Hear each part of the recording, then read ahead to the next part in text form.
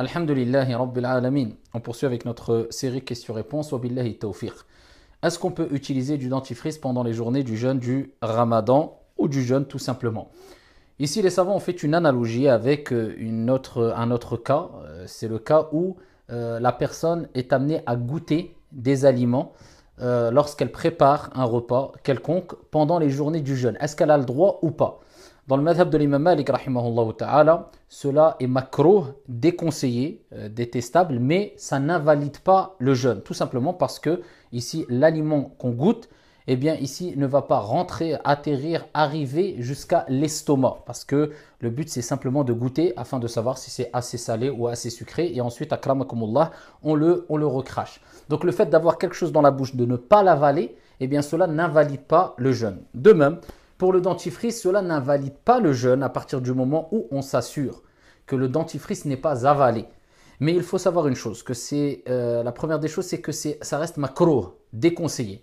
La deuxième des choses, c'est que le fait de mettre du dentifrice dans la bouche afin de se brosser les dents, il y a beaucoup plus de risques ici que le fait simplement de goûter rapidement un petit aliment. Car le dentifrice sera en quantité dans la bouche et ça apporte une odeur, c'est une substance qui apporte une odeur très forte. Donc il y a beaucoup plus de risques qu'on l'avale ou qu'on retrouve certaines matières ici qui composent le dentifrice qui se retrouvent dans notre estomac. Donc il y a beaucoup plus de risques. Donc c'est pour cela c'est le mieux d'éviter de brosser ses dents pendant les journées de jeûne du Ramadan. Et si on est amené à le faire, eh bien le faire mais vraiment avec une quantité minime de dentifrice afin de prendre le moins de risques possible.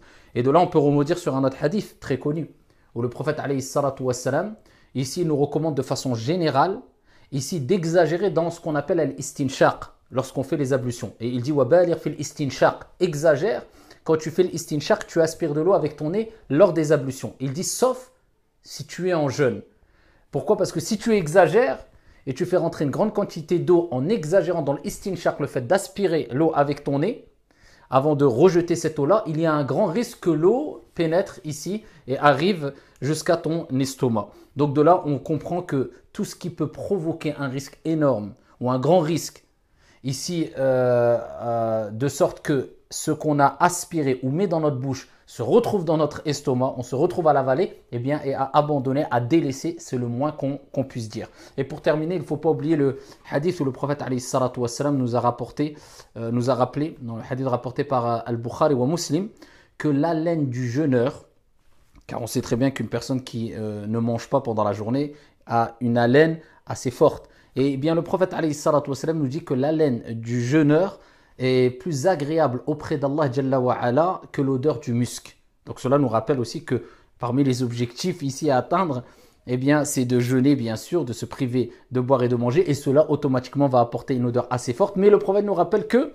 eh bien, Allah Jalla wa Ala, ici, cette odeur, elle est plus agréable auprès de lui que l'odeur du musc. Donc voilà, il est déconseillé, mais cela n'invalide pas le jeûne.